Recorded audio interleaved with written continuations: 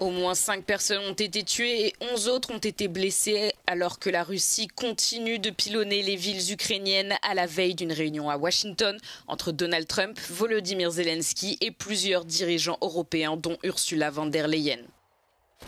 Les forces aériennes ukrainiennes affirment que le Kremlin a lancé un missile balistique et un barrage de plus de 60 drones Shahed de fabrication iranienne visant plusieurs villes dans la nuit de samedi à dimanche. 40 d'entre eux qui se dirigeaient vers des cibles dans le nord et l'est du pays ont été interceptés par l'armée de l'air ukrainienne.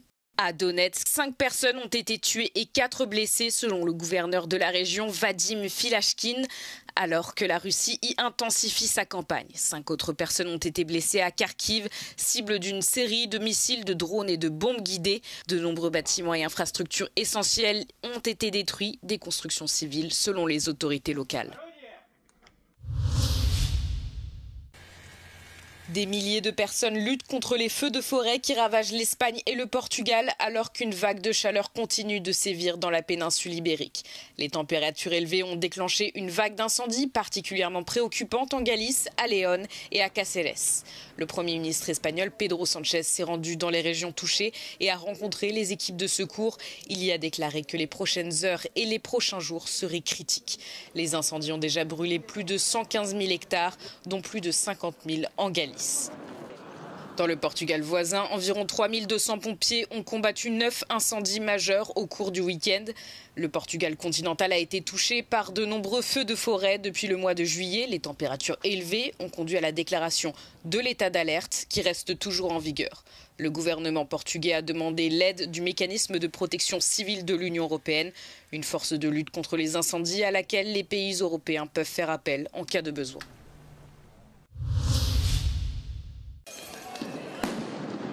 Manifestants et forces de l'ordre se sont affrontés pour la 5e nuit consécutive en Serbie.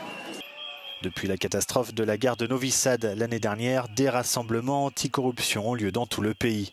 Les manifestants réclament des élections anticipées.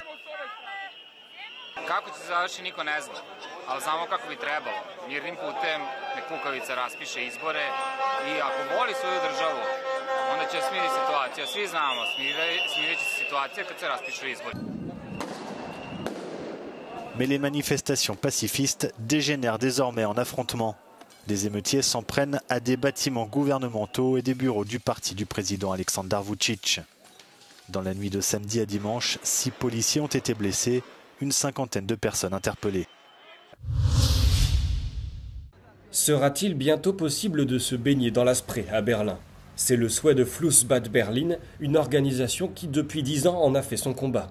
Si le fleuve traversant la capitale allemande accueille toute l'année de nombreux bateaux de plaisance, la baignade y est strictement interdite.